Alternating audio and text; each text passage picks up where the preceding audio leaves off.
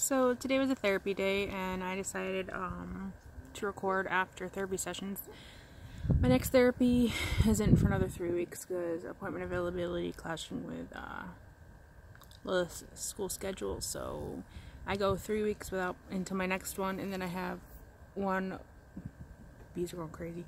1 week after that, but she put me on a piece of papers so that way if someone cancels in a good time frame for me, she'll squeeze me in. So yes, I really like my therapist. Her name's Amanda. She's guessing in her 20s, maybe early 30s. If she is, then she wears it well. We've gone over a lot. The past 2 sessions, we've only had 2 so far, and it's been a lot of, her getting to know me, getting to know my background, things like that. We've discussed my disorders, my hopes for, therapy, what I want from it, and stuff like that.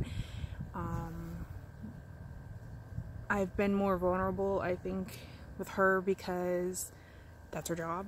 Like, I don't feel like I'll be judged or whatever, and while I get vulnerable with friends to a certain extent, it's completely different than being vulnerable with like family and stuff like that. And my main goal, I told her, was to live a normal life, and well, we've established there is no normal, because then you'll end up comparing yourself to other people and stuff. I just said, more normal than my current situation, work through the habits that were drilled into my head, survival skills basically that I learned growing up in around someone so emotionally abusive and mentally abusive, and learn healthy coping skills. She knows about my history with cutting. She had me do a questionnaire last time that, I had to circle answers all the time, blah blah blah, and she says my answers were way above clinically, whatever. And my daughter, there she is, trying to get her to stop playing the side. But I just shrugged and I was like, I could have told you that. Yeah. So today we just did an overview of what we talked about last time, just brushing up since, it's still so new, she's still getting to know me. I came out to her as transgender, and she's like, I'll admit I'm not an expert and stuff like that, but this gets me to step up and to do research so I can do my best to help you. She's like, what do you prefer to go by? She had me explain things so she could understand better and get a better grasp and stuff like that. And she was really nice about it. She wrote down my preferred name and stuff like that. And she's like, what do you prefer to want me to call you? And I was like, you know what? I really don't mind anything. I'm pretty laid back. She asked me how life has been since I came out, because I told her I came out publicly. I told her about how I've decluttered, a lot. I didn't realize how much I was hoarding until I came out and stuff like that. And, she's really, really easy to talk to, and I think that really helps. It would really suck to get a therapist that you don't feel you can talk to, because that's the whole point of therapy. We started working on little game plans and stuff like that, and I said that I'd like to work on the little things first and build up to the big things, because the little things pile onto the big things, and working on the little things first will help me cope better when I tackle those big issues.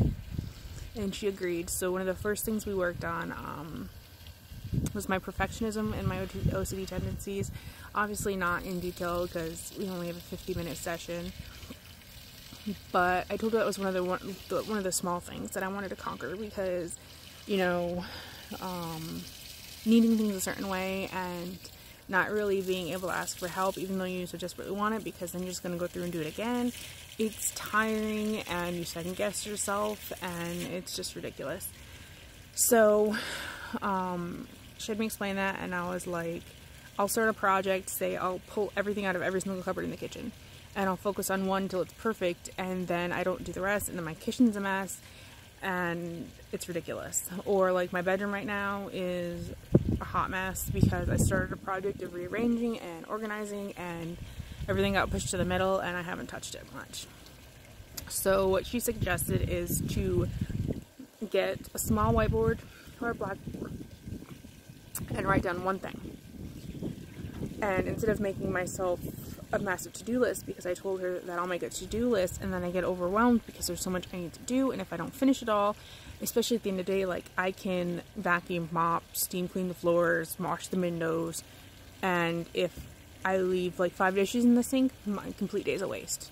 I'll be like, I didn't get anything accomplished. My house is a wreck, and like I go to the extreme negative. So she said, get me to focus on one thing and don't do anything else until that one is done.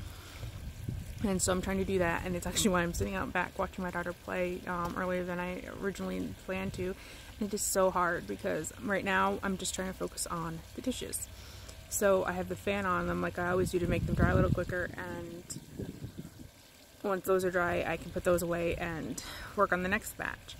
And my mind is fighting itself. It's like, well, right now you could be cleaning the windows, you could be wiping down the tables and the mirrors, you could be making the beds, you could be doing the laundry, you could be vacuuming, you could be mopping, you could be doing this, you could be doing that. And I'm like, no, she's right, I need to declutter my mind, and I need to focus on one thing and not overwhelm myself. And it is so hard because, you know, one thing that people don't necessarily understand is, you know, just because you have OCD does not mean that everything is perfect. It's your perfectionism that can lead to procrastination, which makes everything a wreck. Because you don't want to start something because it needs to be just perfect, and if you don't think you either have time or the ability to make it perfect, you don't start it. So, no, if, like, on a bad day, my house is a wreck because I will lay on the couch, I will binge watch Food Network or TLC or crime shows or whatever because I'm overwhelmed and I know I can't get it perfect, and I just don't start anything at all.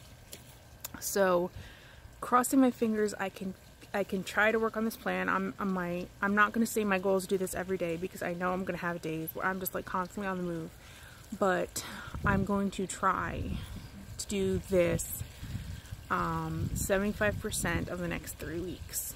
And, you know, that may not sound like a lot, but to me, that's like, you know, it's a huge, huge thing. So cross your fingers for me. We've talked about relationships with certain family members that I've expressed a wish to, you know, develop an actual family dynamic with them and things like that. So, yeah. Today was a positive therapy day, and I know that as we delve into deeper issues and the hard stuff, some of these won't be so optimistic. They might be more depressing. I might cry. I don't know. But yeah, I'll keep you guys, you know, updated. If anything, at least you'll get videos after therapy, even if I don't update otherwise. And I realize I never put my usernames in the description of my last video because I meant to do it when I got on the computer, and my day went to hell. Like, mentally, not like even anything anyone did. I bribed the kids with a cake to let me take an hour nap. I made them mixed berry gluten-free protein cake. Not that they knew, they just knew they got cake. But I just took a basic vanilla cake recipe. I made it with gluten-free flour, which is mine, and I put in a scoop of my protein powder. Gotta get that protein in where you can with the kids. It was a pretty good cake. I didn't have anything on it. I think it would have been better with like maybe some fruit on top or something like that. But it was pretty good. I had a binge day yesterday. I don't even want to know how many portions of freaking gluten-free pasta.